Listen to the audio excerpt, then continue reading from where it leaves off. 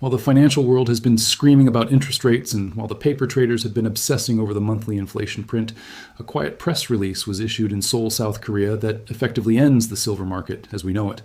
It wasn't a bank failure, it wasn't a mining strike, it wasn't a new government mandate. It was a specification sheet. Samsung SDI, the battery division of the South Korean giant, has officially moved its solid-state battery pilot line into mass production readiness. For 10 years, this was the holy grail of the energy sector. A battery with no liquid electrolyte, higher energy density, and zero fire risk. But the headline isn't the battery itself. The headline is what is inside it. To solve the physics of the solid-state battery, Samsung didn't use more lithium. They didn't use more nickel. They didn't use silicon. They used the one element that the periodic table offers for perfect conductivity. They used silver, specifically a silver-carbon nanocomposite anode layer. Everyone is watching solar panels. No one is watching the battery labs. The engineering data suggests that this new architecture uses a loading of silver that is orders of magnitude higher than anything we have seen in the electronics sector. If you understand the scale of the global automotive market, you realize instantly that this is not an incremental demand driver. This is a consumption event. Solar was the jab. The solid-state battery is the knockout punch. If just 20% of the global EV fleet switches to this standard, the entire global mining output disappears overnight. Not in 10 years. Now, in this deep dive intelligence briefing, we are going to tear down the chemistry of this new cell. We are going to expose why silver is chemically necessary to prevent dendrites, run the terrifying math of extinction, and finally analyze the geopolitical endgame. The mining industry is not ready. The vault operators in London and New York are not ready. And the price you see on your screen is pricing in a world that no longer exists. To understand why Samsung had to turn to silver, we first have to understand why the old technology failed. For the last 30 years, every lithium-ion battery in your phone, your laptop, and your Tesla has used a graphite anode. Graphite is cheap. It is abundant. It is essentially carbon. Its job is to hold the lithium ions when you charge the battery. But graphite has a fatal flaw. It has a speed limit. When you try to charge a graphite anode too fast, like at a supercharger station, or when you try to pack too much energy into it, the lithium ions cannot find a parking spot inside the graphite structure fast enough. They create a traffic jam on the surface. This leads to a phenomenon called lithium plating. These spikes are called dendrites. They are the killers of batteries. In a liquid battery, they cause fires. This is why EVs catch fire. This is why you can't charge your car in 5 minutes. The graphite anode physically cannot handle the energy flux without growing these deadly spikes. This is the physics wall that has held back the electric vehicle industry for a decade. The engineers were stuck. They could give you range, or they could give you safety. They couldn't give you both. Enter the solid-state battery. By replacing the flammable liquid electrolyte with a solid ceramic or sulfide electrolyte, you eliminate the fire risk. Ideally, you would use a pure lithium metal anode to get maximum range. Pure lithium packs the most energy. But here's the catch. In a solid-state battery, the dendrite problem is actually worse. Because the solid electrolyte is rigid, it doesn't stop the dendrites. The lithium metal grows unevenly, creating cracks and voids. The battery dies after just a few hundred cycles. It falls apart from the inside. Toyota tried to solve this. QuantumScape tried to solve this. Everyone failed. Until Samsung's engineers looked at the periodic table and realized that the solution was not to fight the lithium, but to absorb it. This is the breakthrough. This is the kill shot. Samsung developed a silver-carbon nanocomposite layer. It sits between the anode current collector and the solid electrolyte. It is incredibly thin, only about 5 to 10 micrometers thick. But don't let the size fool you. This layer performs a miracle of electrochemistry. Here is how it works. Silver has a unique property called high lithium solubility. Unlike other metals, silver loves lithium. When lithium ions hit the silver layer during charging, they don't pile up on the surface and form spikes. Instead, the silver dissolves the lithium. It forms a silver-lithium alloy. Think of it like water pouring onto a dry sponge. The silver soaks up the lithium ions and distributes them perfectly evenly across the surface. It acts as a buffer. It acts as a regulator. By using the silver layer, Samsung achieved 3 things that were previously considered impossible. First, dendrite suppression. The silver prevents the spikes from forming, enabling a lifespan of over 1,000 cycles. Second, fast charging. Because silver is the most conductive metal on Earth, it allows the battery to accept energy at a ferocious rate. We are talking about 9-minute charge times. Third, volume reduction. Because the silver layer is so efficient, they can eliminate the bulky graphite entirely. This reduces the size of the battery by 50% while keeping the same energy. This is the silver standard of batteries. And here's the critical part for the investor. The silver is not an additive. It is a structural component. You cannot build this battery without it. You cannot swap it out for something cheaper. If you remove the silver, the dendrites return and the battery fails. If you reduce the silver, the cycle life drops and the warranty is void. The most common argument from bearish analysts is substitution. They say, if silver goes to $100 or $200 an ounce, Samsung will just use something else. They will use copper, they will use silicon. This is the substitution fallacy. In most industries, substitution works. If silver becomes too expensive for forks and knives, you use stainless steel. If it becomes too expensive for jewelry, you use white gold or platinum. But in electrochemistry, you are dealing with the laws of physics, not consumer preference. You cannot substitute physics. Samsung's engineers tested every alternative. Copper does not form a stable alloy with lithium at the voltages required. It corrodes. Aluminum reacts with lithium, but it expands by 300% during charging. This expansion cracks the solid electrolyte and destroys the battery in less than 50 cycles. This is called pulverization. Gold works perfectly. In fact, gold might even work better than silver, but gold is $3,000 an ounce. Using gold would make the battery cost more than the car. Silver is the Goldilocks metal. It is the only element that offers the conductivity of a precious metal, the alloying capability to stop dendrites, and a price point that, even at $100 an ounce, is still viable for an $80,000 vehicle. This creates a dynamic known as absolute demand inelasticity. Inelastic means the buyer is not sensitive to price. If you are Samsung and you have signed a contract to deliver 500,000 solid-state EVs to BMW or Stellantis, and the price of silver triples, what do? Do you stop production? No. The factory cost billions. Do you switch to copper and watch the batteries explode? No, the lawsuits would bankrupt you. You pay the price, you pay 50, you pay 100, you pay 200. Because the cost of the silver, even at $200 an ounce, is roughly $200 to $400 per car. In the context of a $50,000 vehicle, a $400 material cost is a rounding error. It is negligible compared to the value of the technology. This transforms silver from a monetary metal that banks trade for fractions of a penny into a strategic energy metal that industrial giants must secure at any cost. Solar was just the warm-up. The battery is the main event. Now that we have established that the chemistry is non-negotiable, we must leave the laboratory and enter the forensic accounting department. We need to quantify exactly how much silver this kill shot consumes. We call this the gram loading variable. According to patent filings, engineering teardowns of prototype pouch cells, and analysis from the Korean Battery Institute, the silver loading in these Ag-C layers is significant. While the exact proprietary mixture is a trade secret, we can reverse engineer the volume. The layer is approximately 5 micrometers thick, covering the entire surface area of the anode current collector. In a large format EV pouch cell, this equates to roughly 5 grams of silver per cell. Now, a standard electric vehicle battery pack is not one big cell. It is a stack of hundreds of cells. A typical 100 kilowatt battery pack, the kind you find in a high-performance Lucid, Tesla, Model S, or the upcoming Samsung-powered BMWs, contains roughly 200 to 300 of these large format cells. Let's do the math. 200 cells times 5 grams equals 1,000 grams. 1 kilogram. Let that number sink in. 1 kilogram of silver per vehicle. That is 32.15 troy ounces of pure silver in a single car chassis. To put that in perspective, let's look at the current industrial consumption rates. A standard combustion engine car uses roughly 0.5 to 1 ounce of silver in its electronics and sensors. A current Tesla using standard lithium-ion chemistry uses roughly 1 to 2 ounces. A standard solar panel uses roughly 20 grams, which is less than 1 ounce. This new battery standard increases the per unit consumption of silver by a factor of 15x to 30x. We are not talking about a 5% increase in demand. We are not talking about a marginal shift. We are talking about an order of magnitude explosion in the material intensity of the transport sector. If you buy a tube of 20 American Silver Eagle coins, the gold standard of stacking, you're holding about 20 ounces.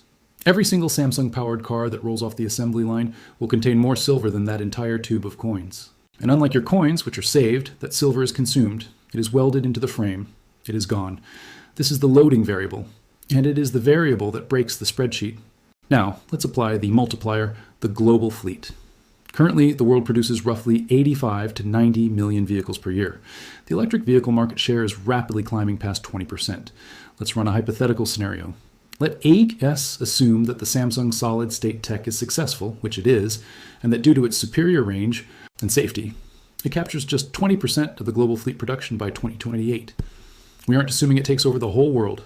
We aren't assuming every cheap city car uses this. We are assuming only the premium segment, the long-range trucks, And the luxury fleets adopt this standard. 17 million cars times 1 kilogram of silver equals 17,000 kilograms. Now, we convert that to troy ounces to compare it with mining output. 17 million kilograms times 32.15 ounces per kilogram equals 546,850,000 ounces, 546 million ounces. Do you know what that number represents? The global mining industry produces about 820 million ounces a year. This single technology, at just 20% market penetration, would consume 66% of the entire annual mining output of the planet. But wait, the market is not empty. The buffet is already crowded. Solar is already consuming 200 to 300 million ounces. Electronics consume another 200 million ounces for iPhones, servers, and AI chips. Jewelry and silverware take another 200 million. India imports huge amounts for cultural hoarding. The market is already in a structural deficit of nearly 200 million ounces before this battery tech even arrives. If you add a new demand source of 546 million ounces, or even half of that, say 250 million ounces, on top of the existing deficit, you don't just stress the market, you break it. There is no mathematical way to satisfy this demand. We cannot ramp up mining by 60% in 2 years. It takes 10 to 15 years to permit and build a new silver mine. We cannot get it from recycling. Our data shows that scrap supply has actually decreased because modern electronics are too hard to recycle. We cannot get it from the ETFs. As we showed in previous videos, the registered vaults are already draining. This is the knockout punch. Solar put the market on the ropes. The Samsung battery delivers the final blow. This introduces a completely new dynamic to the market: inter-industrial competition. For the first time in history, two massive legally mandated industries are going to be fighting for the same finite resource. Governments have mandated the transition to solar energy to save the climate. Governments have mandated the transition to electric vehicles to save the climate. Both of these mandates require silver. The solar manufacturer needs it for the paste on the silicon wafer. The battery manufacturer needs it for the anode in the cell. Who wins? The battery manufacturer wins every single time. Why? Pricing power. Let's look at the economics. A solar panel is a deflationary commodity. It is a race to the bottom. Margins are razor thin. If the price of silver goes to $100 an ounce, the cost of making a solar panel jumps significantly, potentially killing the profit margin. The solar industry is price sensitive, but a premium EV, an $80,000 electric Mercedes, a Samsung-powered Lucid or Cybertruck, the profit margins are massive.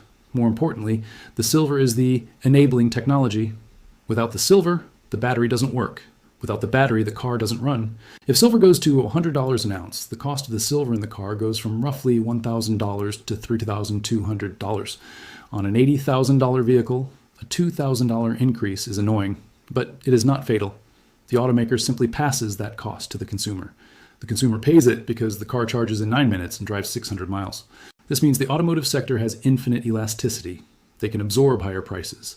Samsung will bid the price of silver up until the solar guys can't afford it. This is called demand destruction for the solar industry, but demand creation for the price of silver. The battery sector will cannibalize the rest of the market. It will suck the silver out of the jewelry sector. It will suck the silver out of the investment bar market. It will suck the silver out of the solar supply chain. We are entering the Hunger Games of industrial metals, and the Samsung battery is the apex predator. The skeptics, the banking analysts who tell you to sell, will point to the LBMA vaults or the COMEX inventory and say, "There's plenty of silver. Look at the stockpiles." Let's look at this through the lens of the battery manufacturer. If Samsung needs 50 million ounces for their 2027 production run, can they go to the COMEX and buy it? No. The COMEX trades 1,000-ounce good delivery bars. These are crude industrial bricks, usually 999 fine. Battery manufacturing requires high-purity silver powder or specific nitrate precursors. You cannot shove a COMEX bar into a battery machine. It will destroy the equipment. The metal has to be refined. It has to be atomized into nanopowder. It has to be mixed with carbon. There's a massive bottleneck in the processing capacity. The world has very few high-tech refineries capable of producing battery-grade silver powder at scale. Even if there are bars sitting in a vault in London, transforming them into battery-grade anode material takes time, energy, and specialized facilities that are currently fully booked. Samsung knows this. That is why they are not looking at the COMEX inventory. They are not looking at the ETFs. They are looking at the mine head. They are flying to Mexico. They are flying to Peru. They are flying to Poland. They are signing offtake agreements directly with the miners. We will buy 100% of your production for the next 5 years. We will pay you a premium above spot, but you must ship it directly to our chemical processing plant in Korea. This means the silver that used to flow to the COMEX to back the paper contracts is simply going to stop arriving. It will be diverted at the source. The river of silver that feeds the paper markets is being dammed upstream by the battery giants.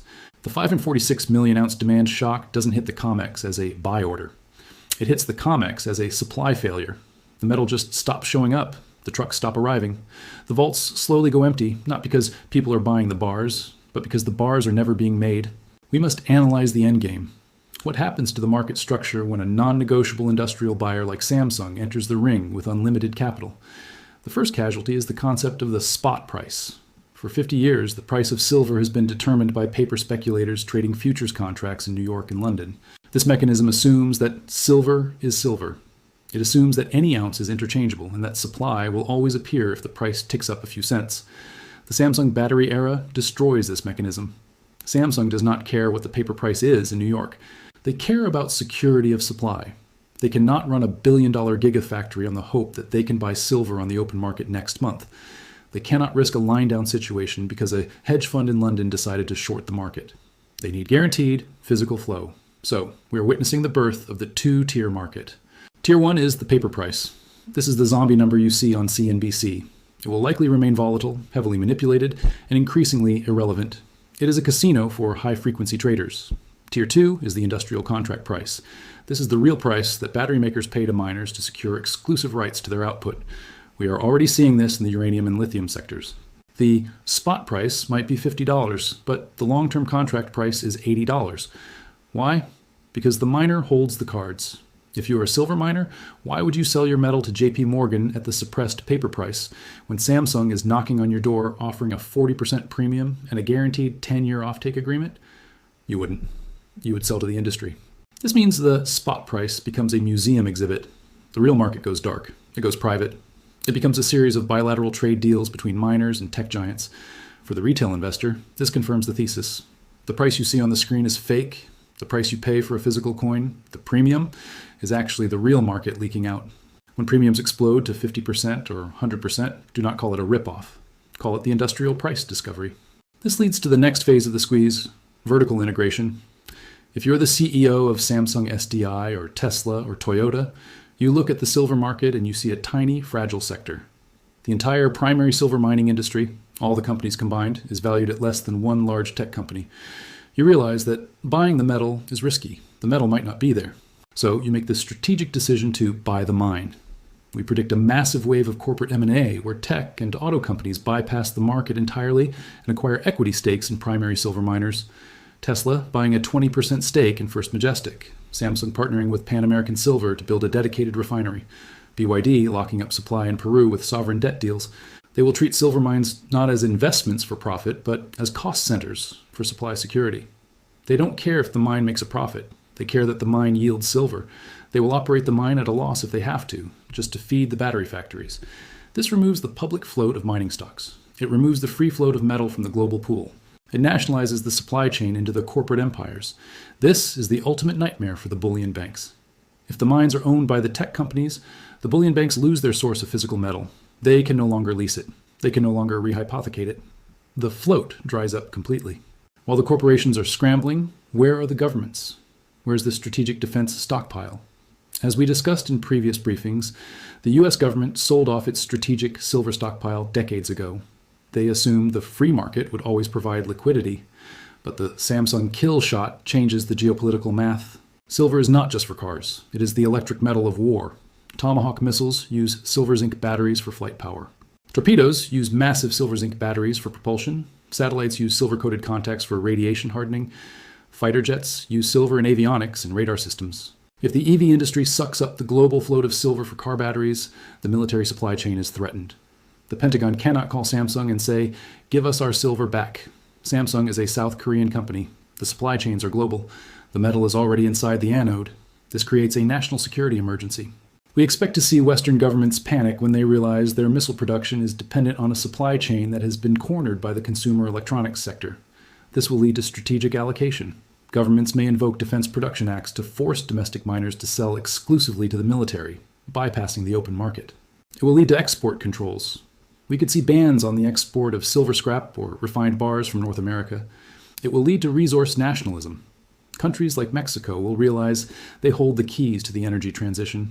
They may demand higher royalties or strategic resource taxes. The entry of the sovereign buyer is the final accelerant. When the US government, the Chinese government, Samsung, and Tesla are all bidding for the same finite pool of 800 million ounces, the price does not double. It resets. The irony is palpable. The green energy transition was supposed to save the planet, but in doing so, it has inadvertently destroyed the old financial order. The push for net zero, the mandates for solar and EVs, has created the perfect squeeze format for silver. The legislators who wrote the mandates didn't do the math. They didn't consult the geologists. They just assumed the silver would be there, infinite and cheap. Samsung has done the math. They have built the factory. The silver carbon anode is here. This is not a prediction for 2030. The timeline has collapsed. The demand shock is hitting the supply cliff right now. Solar was the jab that weakened the chin of the silver market. The Samsung solid-state battery is the cross that puts it on the canvas. The only question left for you is, do you own the metal that the future is built on, or are you holding the paper currency that is being printed to buy it?